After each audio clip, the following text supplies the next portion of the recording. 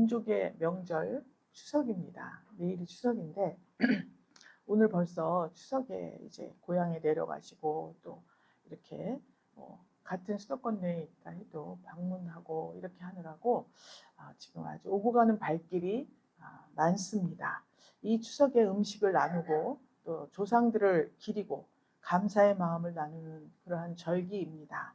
제가 어렸을 적에는 주로 외갓집에 많이 가 있었습니다.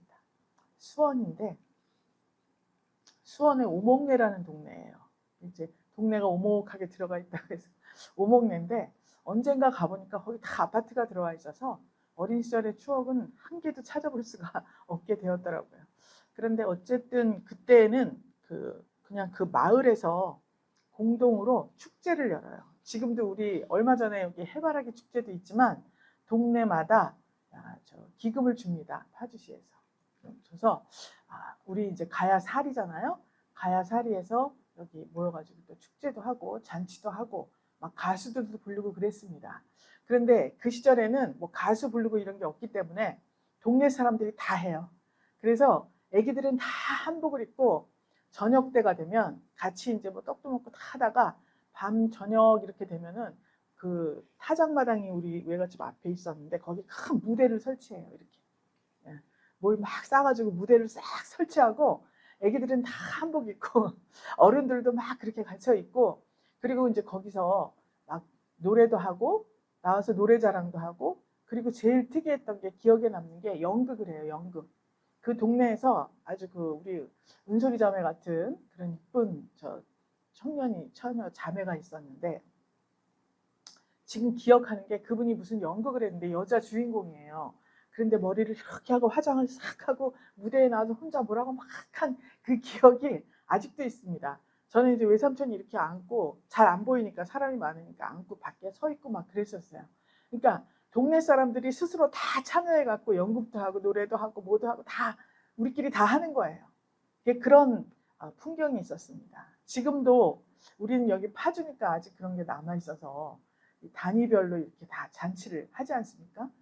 참 그 시절에는 정겨웠고 아무리 생각해봐도 지금 그때 그런 느낌이 지금은 없는 것 같습니다. 지금 이제 나이가 많기도 하고 그런데 그때 이제 또 송편 만드는 거 여러분 요즘 송편 집에서 만드시나요? 내년에는 우리가 송편을 좀 만들어야 되겠어요. 교회에서 고향 안 가시는 분들 위해서 송편 만들고 1차적으로 구정 때는 여기 모여서 만두를 만들어서 끓여 먹는 건 어떨까? 다 같이 안 가시는 분들끼리 그렇게 했으면 좋겠습니다. 딱 기억해 놓고 계시다가 권사님 우리 만두 만들어 갖고 구정 때 여기서 같이 교회에서 먹고 윷놀이도 하고 이렇게 좀 교제하는 시간을 좀 가졌으면 좋겠습니다. 이렇게 모든 것이 풍성하고 서로 간에 바빠서 얼굴 마주보기 힘들고 이런 관계 속에서 큰 풍성한 식탁을 차려놓고 이렇게 만나고 서로 교제하고 마음속에 담아두었던 말도 서로 나누고 이런 아주 굉장히 귀한 그런 절기인 것 같습니다. 근데 우리는 때때로 이 풍성한 밥상 앞에서도 약간 마음이 허전할 때가 있습니다. 내 마음속을 진심을 털어놓지 못할 때 아무리 겉으로 즐겁고 뭐 화목한 것 같고 해도 속 마음 한구석에는 여전히 허전함이 있습니다. 허기가 져 영혼이 허기가 져요. 육체적으로는 정말 풍성하지만 그러나 우리 영혼은 허기질 때가 있지 않은가 이런 생각을 해보았습니다. 마태복음 4장 4절에 사람이 떡으로만 살 것이 아니요 하나님의 입으로 나오는 모든 말씀으로 살 것이라 하였느니라 이렇게 기록이 되어 있습니다. 하나님께서 예수님 성령으로 마귀에게 시험 받으러 광야로 나갔죠. 그때 떡으로 유혹을 했습니다. 이 돌덩이를 떡으로 만들어라 이렇게 말을 했습니다. 그랬더니 예수님이 사람이 떡으로만 살 것이 아니라 하나님의 입으로 나오는 말씀으로 산다 이렇게 승리하신 거예요. 그래서 우리는 이 떡 한 조각 팥죽 한 그릇에 장자의 명분을 판에서 그는 하나님께서 미워하셨다 그랬습니다. 그렇게 아니하고 항상 우리 영혼의 허기를 달래주는 진짜 생명의 떡 오늘 우리 본문에 예수님께서 말씀하셨습니다. 내가 곧 생명의 떡이다. 이 육체가 아무리 기름지고 배불러도 영혼이 허기지면 그 인생은 결코 행복하다고 볼 수가 없습니다. 그러나 극단적인 예죠. 무화과 나무 잎이 마르고 포도 열매가 없어도 남녀와로 즐거워하리, 이런 고백이 있었죠. 그런데 그건 너무 극단적이니까 이제 여러분 13주년을 맞이한 우리 군일교회 이제 14주년째 발걸음을 하고 있습니다. 이때 당도한 우리 여러분 군일 권속들께서는 영혼과 육체가 모두 다 풍성하고 충만한 그런 나날들을 보내시기를 주 예수 그리스도의 이름으로 축복합니다. 내가 생명의 떡이다. 결코 줄이지 않다.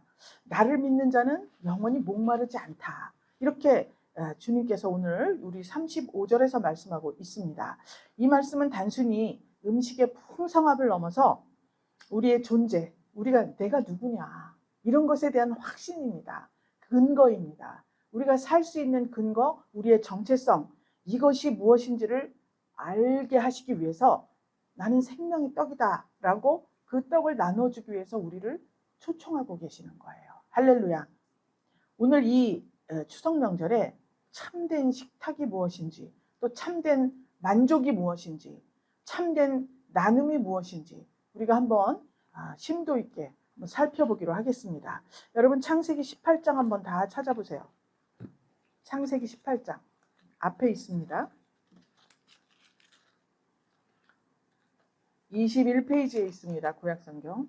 자, 찾으셨죠? 거기 1절에 보면 여호와께서 마므레 상수리 숲을 근처에서 아브라함에게 나타나시니라 이렇게 써있죠? 아브라함이 100세가 거의 가까워졌을 때 마므레 상수리 숲을 근처 자기의 장막 앞에서 이렇게 앉아 있었습니다. 그런데 이 눈을 들어서 이렇게 보니까 저쪽에서 사람 셋이 걸어오는 거예요.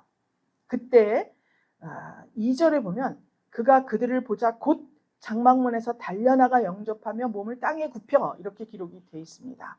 아브라함은 나그네를 보자마자 100세가 가까워졌으니까 노구예요. 이 노구를 이끌고 장막문에 이렇게 앉아있다가 갑자기 손님이 저기서 오는 걸 보고 벌떡 일어나서 막 달려갑니다. 그리고 절까지 해요. 몸을 땅에 굽혔다 그랬죠? 절을 합니다. 참 이 아브라함은 존재가 정말 겸손함의 극치를 이루고 있습니다. 왜 그랬을까요? 원래 이랬을까요? 그렇지 않았습니다. 아브라함도 젊었을 때에는 그렇지 않은 때가 있었어요. 그런데 하나님께서 아들을 주겠다고 75세에 나타나셨습니다. 지금은 거의 한 98세, 9세 이 정도 되었을 때겠죠? 그 다음 해, 기한이 이를 때 그랬는데 그 다음 해 이삭을 봤으니까 그러니까 90 후반입니다. 그러니까 한 20, 30년 살면서 아브라함은 하나님 앞에 많은 연단을 받고 내가 누구인가? 하나님 앞에서 내가 누구인가? 그리고 하나님이 우리에게 약속을 주시는데 우리는 그 약속에 대해서 그 약속을 이루는 과정을 간혹 오해하고 내 방법대로 그 약속을 이루는 것을 정당화시키기도 합니다. 합리화시키기도 합니다. 그런데 이 나이가 되고 보니 마므레 상수리 숲을 근처 오정에 앉아있다라고 하는 것은 영적 의미로 보면 마므레는 충만하다는 뜻이에요. 정말 아브라함의 신앙이 충만하게 무르익었고 오정 즈음에 그랬으니까 그림자가 전혀 없는 시간입니다. 그러니까 정말 아브라함이 신앙으로 보면 최고조에 달한 그러한 충만한 그러한 때예요. 그때 사람 셋이 저기서 걸어오는 것을 보고 이 아브라함은 3절에 보니까 내 주여 내가 주께 은혜를 입었사오면 원컨대 종을 떠나 지나가지 마옵소서. 내 주여 이렇게 고백을 합니다. 그러니까 지나가는 나그네였지만 이 당시에 구대 근동지방에서는 나그네가 지나가면 물도 주고 떡도 주고 이렇게 합니다. 발 씻을 물도 주고 그러는데 여기서는 지나칩니다. 막 달려가서 영접을 하고 절까지 하죠. 그러니까 아브라함은 정말 영적으로 너무나 성숙해 있기 때문에 사람 셋이 저기서 이렇게 걸어오는데 그 안에 함께 계신 하나님을 보았더라는 거예요. 사람을 하나님으로 보았습니다. 반면에 19장에 보면 롯 이야기가 나와요. 롯은 천사가 둘이 나타났다 그랬어요. 19장 1절에 보면 날이 저물 때 두 천사가 이르렀어요. 그런데 무교병을 주었다 이렇게 나오거든요. 그러니까 아브라함과 롯의 신앙이 이렇게 극렬하게 대비될 때 우리는 오늘 이 풍성한 추석 명절에 아브라함의 신앙을 살펴보면서 우리도 이와 같이 하나님을 섬기고 지나가는 나그네를 대접하고 이렇게 영접하여서 정말 내 전심을 다해서 몸을 낮출 수 있는 그러한 모습을 우리가 갖추어야 되지 않을까라는 생각을 해보아야 합니다. 세월을 100세 가까이 살아내다 보니까 이 아브라함이 굉장히 많은 이 세상 속에서 지혜를 얻었습니다. 그리고 그 지혜뿐만이 아니라 명철을 지니게 되었습니다. 명철은 내 속에 있는 깊은 것을 길어낸다 이렇게 기록이 되어 있어요. 길어내는 것. 그러니까 이 세상을 바라보는 안목이 다 골고루 육신의 정욕 또 이생의 자랑 이런 것들이 안목의 정욕 이런 것들이 전부 다 변화됐다는 것을 우리가 알 수가 있습니다. 발을 씻기고 또 떡을 만들고 송아지를 잡고 버터와 우유를 대접하는 장면이 나옵니다.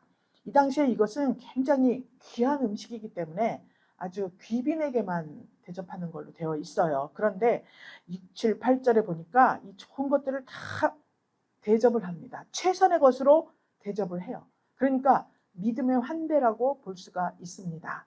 보이는 손님은 낯선 사람이지만 그 속에 하나님께서 임재하신다는 그 믿음, 이 믿음과 영적 안목을 가지고 자기의 모든 것을 마음을 진심을 다해서 접대하는 장면이 나옵니다. 그래서 히브리서 13장 2절에는 손님 대접하기를 잊지 말라. 이로써 부지 중에 천사들을 대접한 일이 있었느니라 라고 말씀을 하고 있어요. 부지 중에 천사 대접한 사람이 아브라함이죠. 오늘 이 창세기 18장 말씀을 하고 있습니다. 하나님께서 이 아브라함의 장막에 방문을 하셨습니다. 아브라함의 식탁은 그냥 밥 먹는 식탁이 아니라 하나님을 만나는 자리였어요. 그래서 그의 장막 안에는 세상 그 어떤 화려한 궁전보다도 정말 하나님의 영광이 머무는 그런 가장 복된 시간이 되었습니다. 왜냐하면 하나님께서 그 10절에 보면 그 세 사람 중에 하나님과 두 천사라고 하는데 창세기 18장 10절에 보면 그가 가라사대 기한이 이를 때 내가 정녕 내게로 돌아오리니 내 안에 사라에게 아들이 있으리라 이렇게 말씀을 하죠. 거의 25년쯤 전에 약속해 주신 말씀이에요. 그래서 그 말씀을 정말 고대하고 아들이 태어나기를 바라고 바랐지만 아기가 아직까지 없었습니다. 그럼에도 불구하고 하나님이 왜 약속을 해주고 이렇게 지켜주질 않지? 이런 태도가 아니라 그 어떤 약속이 이루어지든 이루어지지 않든 하나님은 나로서는 최상의 나의 귀빈이시다. 지금은 우리가 주인이고 왕이라고 말하잖아요. 그런 사고방식을 가지고 있었습니다. 그래서 그 떡을 대접하는 자리에서 참 맛있는 것들을 잔뜩 차려놓는 그 자리에서 다시 하나님께서 확실하게 약속을 해주시는 거예요. 여러분 이건 우연히 된 일이 아닙니다. 하나님께서 찾아오신 거예요. 찾아오신 거예요. 그 식탁 위에서 정말 그 놀라운 언약을 주시는 겁니다. 그러면서 기한이 이를 때에 내가 아내 사라에게 아들이 있으리라 아주 확실하게 선포를 해주고 있습니다. 왜 그랬냐? 그전에는 그냥 아들이 있겠다 했더니 아들을 주겠다 그랬더니 사라의 종이죠.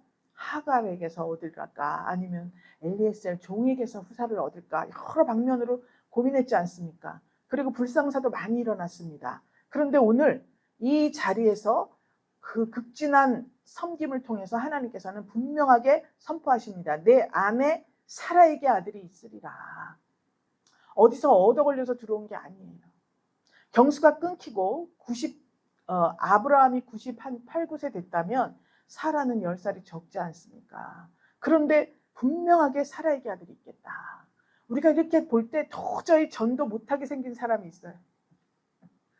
정말 13년 세월 동안에 전도 한 명도 안 하신 분이 여기 있을 수 있습니다. 그런데 이제 그에게 아들이 있으리라. 어디서 누가 들어와 가지고요 막 여기 저 성도를 불려주는 게 아니에요. 여러분들을 통해서 하나님께서 분명한 새로운 그러한 아들이 있으리라, 새로운 생명이 탄생하리라, 이 약속을 지금 해주시는 거예요. 그러니까 그동안의 진가민가하고 혼란스러웠던 그 모든 것들이 싹 씻겨나가고 정말 거울을 보는 것 같이 그렇게 보던, 이 당시 거울은 희끄무레했거든요. 동판을 갈아가지고 이렇게 보니까. 그런데 바로 마주 대하는 것 같이 그렇게 확실한 그날이 온다고 말씀하셨는데 오늘이 바로 그날입니다. 여러분 한번 서로 한번 얼굴 한번 이렇게 돌아보세요. 한 분도 빠지지 않고 한번 돌아보시기 바랍니다. 전도 잘하게 생기셨습니다. 한마디 하십시다. 시작. 전도 잘하게 생기셨습니다. 왜 그렇죠? 약속을 주셨잖아요. 오늘 이 기한이 이를 때 내가 정령 내게로 돌아오는데 내 안에 사라에게 아들이 있으리라. 주님이 돌아오셔야 아들이 있는 거예요. 할렐루야. 약속이 있다고 그냥 막연하게 있는 게 아니에요. 내가 내게로 돌아온다. 주님의 말씀이 내게 임해야 내가 반드시 그 아들을 출산할 수가 있게 되는 겁니다. 여러분 이 말씀을 믿습니까? 이 말씀을 믿으면 여러분들 하나님께서 지금 여러분에게 오신 거예요. 그때 정말 여러분에게 새로운 성도 한 분씩 다 주신다는 약속이 오늘 이 자리에서 선포되고 있습니다. 할렐루야. 그래서 11월 16일 주일은 추수감사주일입니다. 추수감사주일에는 1인 1제자 한 분씩 전도를 해서 반드시 함께 오시기를 바랍니다. 그때 미리 내일 누구누구하고 함께 옵니다. 그래서 정말 다 참석하시면 송고영신 예배 때 큰 상을 준비하려고 계획하고 있습니다. 그때에는 다른 교회 다니시는 분들 모시고 오면 안 됩니다. 지난번에는 정말 목사님이 한 분이라도 아무라도 데려오라 그랬더니 그 말씀에 순종하기 위해서 다른 교회 가시는 분을 모시고 오신 분이 있어요. 목사님이 말씀하셨기 때문에 꼭 지켜야 된다. 그 정신이 정말 너무 감사했습니다. 정말 믿음도 좋고. 그런데 이제 시간이 흘러갔기 때문에 이제는 전적으로 여러분들이 한 분 양육할 수 있는 제자가 될 수 있는 새신자 한 분을 같이 모시고 오시면 하나님께서 오늘 이 아브라함에게 주신 복을 여러분들에게 주실 것을 믿고 주 예수 그리스도의 이름으로 축복합니다. 이 떡을 대접하는 자리에서 약속이 임했는데 이 약속이 다시 한번 확실하게 우리에게 주어진 그 시간, 예배당 강단이 아니었습니다. 또 금식할 때 이 말씀을 주신 게 아니에요. 또 금욕의 자리, 그래서 뭐 아내와 자리를 멀리하고 뭐 혼자 산에 가서 기도하고 저쪽 뭐 깊은 굴에 가서 기도하고 이런 그런 금욕의 자리가 아닙니다. 식탁 교제 가운데에서 하나님께서 새로운 그러한 확실한 언약을 주신 거예요. 할렐루야. 그래서 우리 분일교회는 예배를 참석하시고 식사를 안 하고 그냥 가시는 분은 예배를 안 드린 것과 마찬가지다. 이렇게 말씀드리고 있습니다.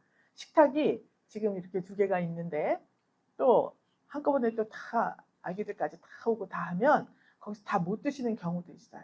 그래서 이리저리 접시를 들고 다니기도 하겠지만 그럼에도 불구하고 그 자리에 하나님이 오셔서 여러분에게 새로운 어떤 생명 탄생, 새로운 세대가 출범하는 그러한 어마어마한 존귀한 시간이 된다는 것을 꼭 마음에 깊이 새겨주시기를 주님의 이름으로 부탁드립니다.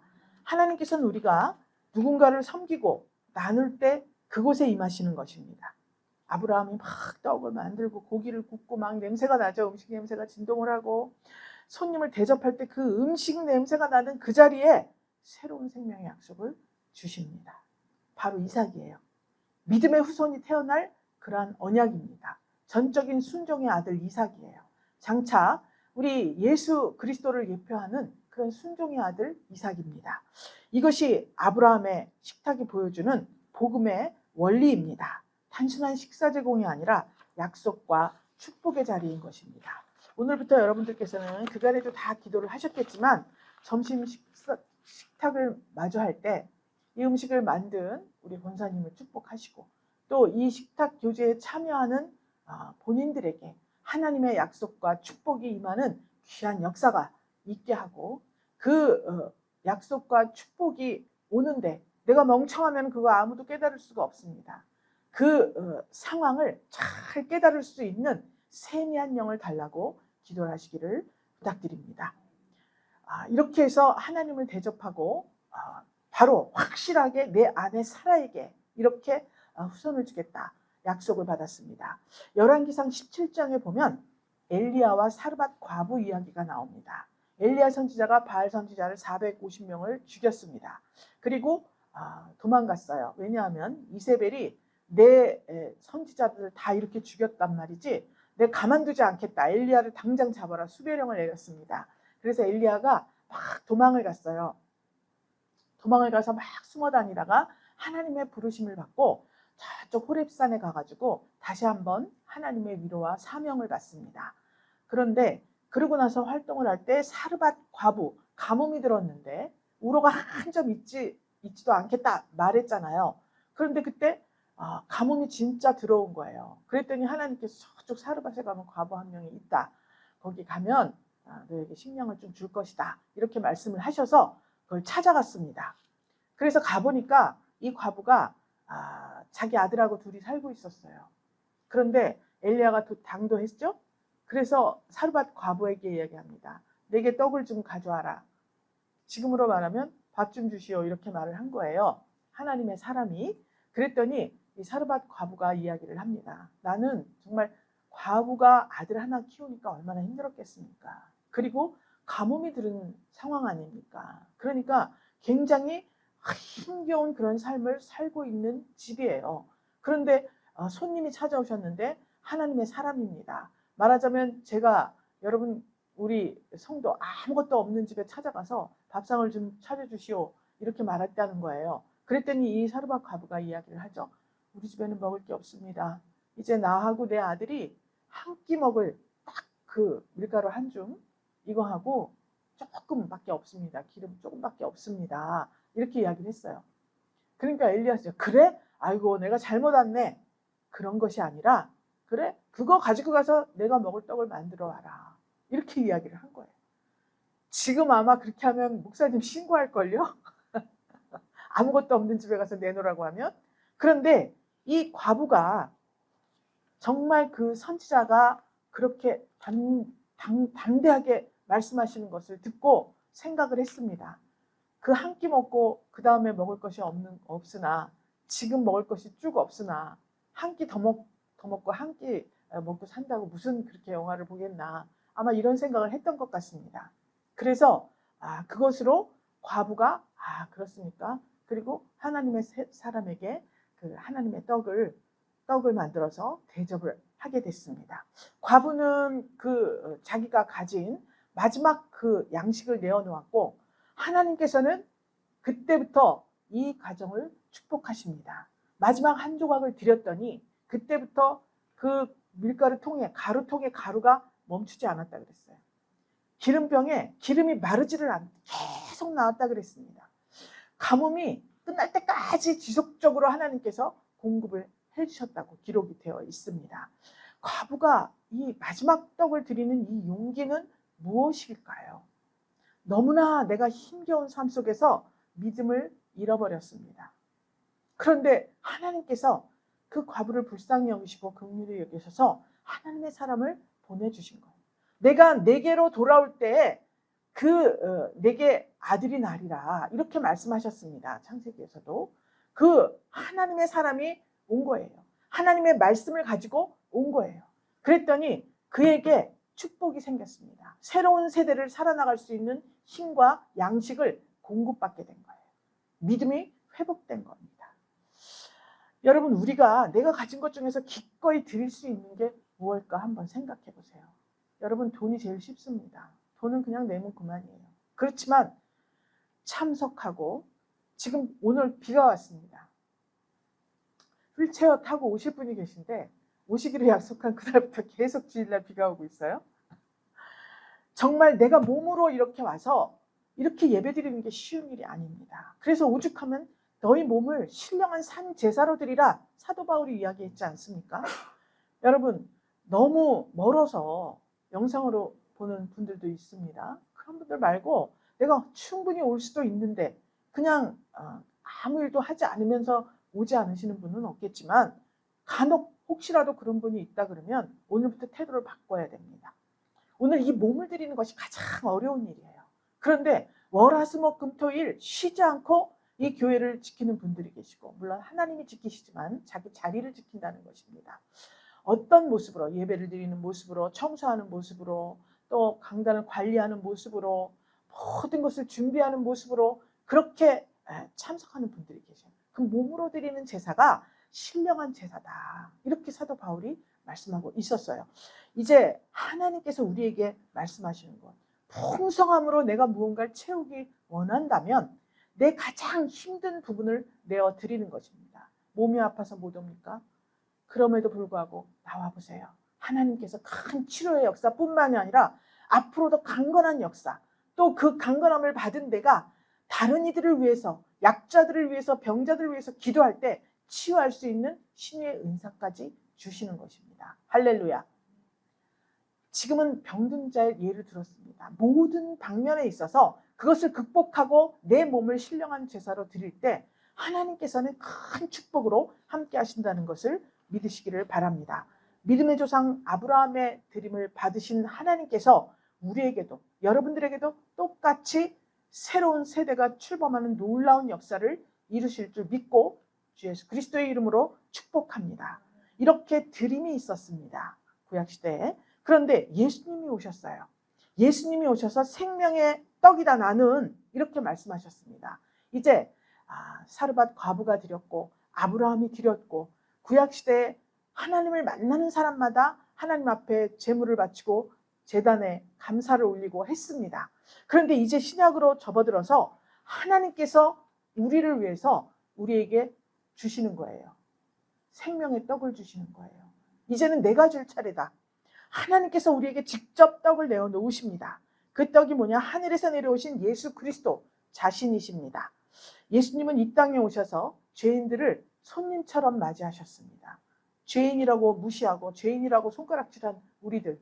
그런데 그 죄인의 모습에서 하나님의 생기를 보시고 하나님이 그 속에 임하시는 하나님의 모습을 바라보시고 그 하나님의 모습을 회복시키시기 위해서 우리 예수님께서 친히 이 땅에 오셨습니다. 생명의 떡으로 오셔서 자기 몸을 갈갈이 다 찢으시고 채찍에 맞아 찢으시고 십자가에 못 박혀 죽으실 때 물과 피를 다 흘리셔서 몸과 몸을 찢고 피를 다 흘리신 그 예수의 공로로 말미암아 우리는 생명으로 초대받게 되었습니다.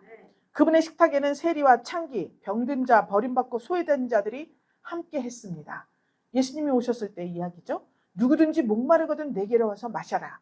내 살을 먹고 내 피를 마시는 자는 영생을 가졌고 라고 말씀하셨습니다. 하나님께서 인간에게 떡을 대접하신 사건이 십자가 복음입니다. 할렐루야.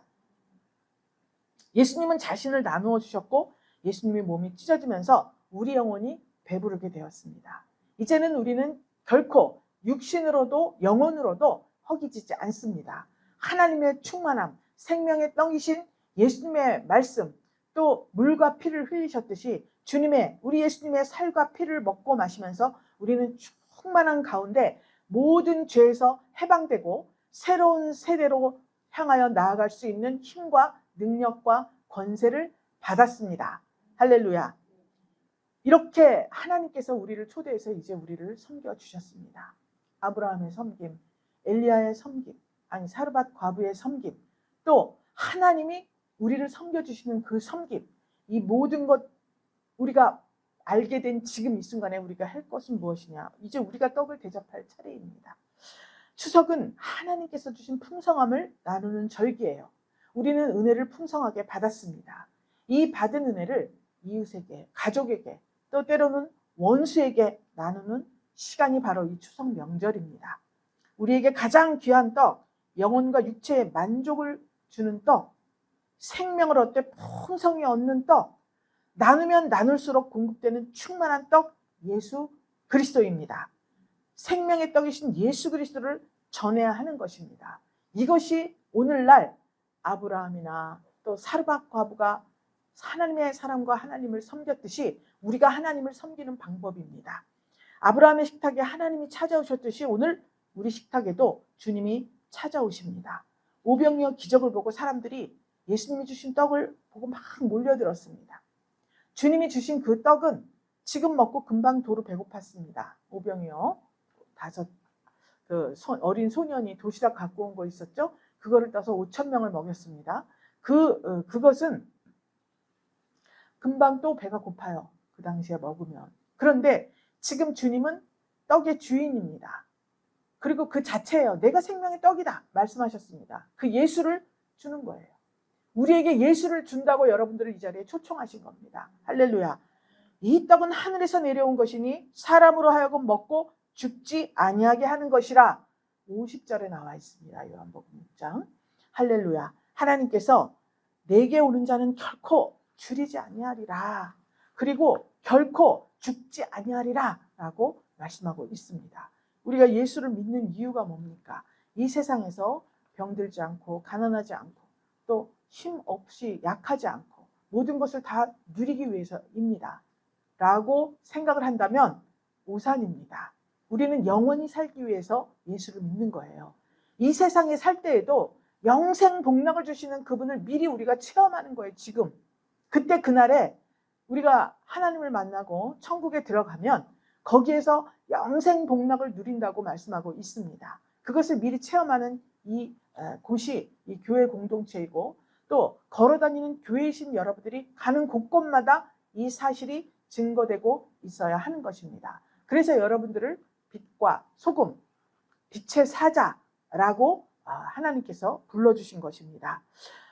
결코 주 안에서는 결핍이 없습니다. 눈물도 없습니다. 다툼도 없습니다. 그 모든 것이 하나님의 뜻이기에 우리는 하나님께서 우리에게 주신 그 은혜를 이 추석 절기를 맞이해서 누구에게라도 증거해야 합니다. 그때 오늘 약속하듯이 반드시 1인 1제자 삼을 수 있는 그러한 역사를 하나님이 주신다는 약속이 오늘의 이 말씀입니다. 그래서 오늘의 말씀의 제목이 생명의 떡을 나누세요. 이것이 제목입니다. 주님이 이렇게까지 약속해 주셨는데 내 입을 열어서 한마디도 복음을 증거하지 않는다면 추석 명절이 별 의미가 없습니다. 육신적으로는 풍성함을 즐기시고 영적으로는 여러분이 가진 이 생명의 떡 예수를 증거하셔서 하나님 앞에 큰 상급을 받고 여러분들의 삶이 나이가 들었다고 몸이 연약하다고 또 뭐가 어떻다고 실망하는 것이 아니라 새로운 그러한 역사가 펼쳐진다라는 생각으로 주님 말씀에 순종하시기 바랍니다. 우리 이 분이엘 교회가 또 여러분들의 가정이 아브라함의 장막이 되기를 축복합니다. 우리의 식탁이 하나님의 식탁이 되기를 축복합니다. 우리의 가진 떡이 생명의 떡이 되어 많은 사람을 부여하게 하는 놀라운 존귀한 그러한 역사가 날마다 시간마다 일어나는 추석 명절 절기가 되시기를 우리 주 예수 그리스도의 이름으로 축복합니다. 하나님 감사드립니다. 우리는 무엇으로 채우기를 원하는가? 우리 마음을 들여다보게 하시고 하나님께서 이렇게 말씀으로 찾아와 주셨으니 반드시 우리 사랑하는 분이엘 권속들을 통하여서 새로운 세대가 양산될 줄 믿습니다. 또 제자 삼을 사람들이 반드시 우리 가운데 가까운 곳에 있는 줄 믿습니다. 이제 떡의 주인이고 그 자체이신 생명의 떡 대신 예수 그리스도를 증거하여서 하나님 정말 추수 감사주일에는 우리 하나님과 또 우리 분이엘 교회와 모든 분이엘 권속들이 충만하고 만족하고 행복한 참된 그러한 절기가 될 수 있도록 우리 주의 성령께서 인도하시고 역사해 주시옵소서. 축복하며 살아계신 예수 그리스도 이름으로 감사기도 올리옵나이다. 아멘.